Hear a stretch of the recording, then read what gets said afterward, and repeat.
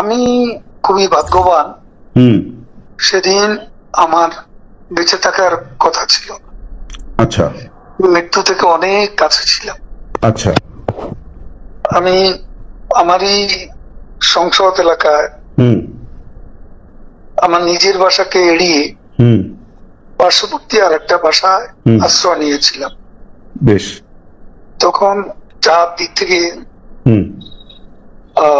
মিছিল আসছিল এবং এটা আসলে ছিল প্রধানমন্ত্রী গণভবন কেন্দ্রিক, এবং এটা আমরা অবাক হলাম যে সংসদ এলাকাতেও এটা ছড়িয়ে পড়ে এবং একটা লুটপাটের যে লুম্পেন স্টাইল কতগুলো ঘটনা ঘটে এবং সেখানে বিভিন্ন ধরনের লোক আসে এবং এদের মধ্যে বেশিরভাগই মনে হয়েছে এটা কোন রাজনৈতিক অভ্যুত্থান, এটা লুটপাটের অভ্যুত্থান।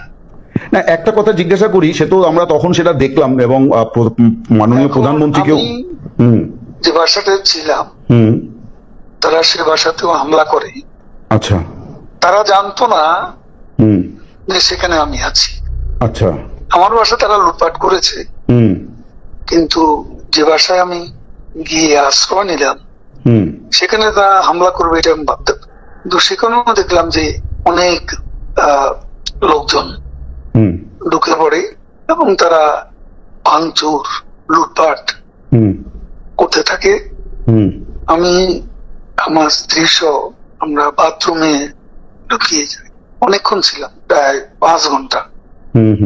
তারপর একটা পর্যায়ে এরা তো ওই বাথরুমের ভিতর সেখানেও কমোড বেসিন এগুলো তো লুটপাট করেছে সব জায়গায়। সেগুলোর লোভে প্রথমত তাদেরকে আমার ওয়াইফ সেই বাথরুমের মুখে দাঁড়িয়ে বারবার বলছিল যে আমি অসুস্থ, এ কথা বলে তাদের ফিরিয়ে দিচ্ছে। তো একটা পর্যায়ে তারা এই বাথরুমে যেগুলো আছে সেগুলো লুট করার জন্য জোরপূর্বক প্রবাসের হুমকিতে। তো সে সময় আমার ওয়াইফ জিজ্ঞেস করেছে কি হবে, খুলে দাও যা হবে। তারপরে 7-8 জন ছেলে ঢুকলো, তার খুবই আক্রমণাত্মক দৃষ্টিভঙ্গি মনোভঙ্গি নিয়ে। তখন হঠাৎ তারা আমার দিকে তাকায়, আমার দিকে তাকিয়ে আপনি নেত্রী চলে গেল, আপনি জাননি কেন?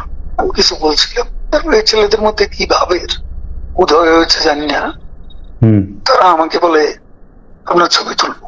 তারপর আমার ছবি তুলতে শুরু করলো, সেলফি নিয়েছিল, ছবি তুলেছিল। এরা ছাত্র অনেকে আমাকে চেনে, তো কি কারণে তারা তখন আক্রমণাত্মক যে মনোভাবটা ছিল সেটা নিয়ে এসে শীতল হয়ে গেল। তারা ঠান্ডা মাজাতে তখন কথা বলছিল। এদের মধ্যে আবার এক পর্যায়ে একটা গ্রুপ তারা চেয়েছিল আমাকে রাস্তায় সেনাবাহিনী হাতে তুলে দিতে, কেউ কেউ আবার এটাও চেয়েছিল যে জনতার হাতে তুলে দিতে। এটা অবশ্যই তখন একটা মানসিক ভাবে ভেতরে ভেতরে ভেঙে পড়েছিলাম।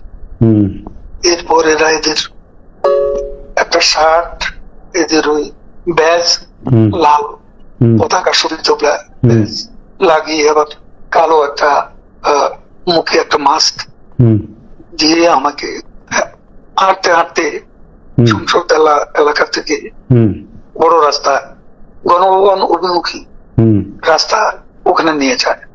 ওখানে নিয়ে হঠাৎ করে কোত্থেকে একটা ট্যাক্সি আসে, এটা ইজি বাইক, সেটা খালি ছিল, ওখানে কোনো গাড়ি ঘোড়া কিছু ছিল না। ওটা হঠাৎ করে কেন যেন এসে পড়ে, ও তো আমার ভাগ্য। এরা দুজনে আমাকে নিয়ে আমার ওয়াইফকে নিয়ে ওটাতে উঠলো আর বলতে লাগলো, ওতে তো অসংখ্য মানুষ, চেক আপ সব জায়গায়।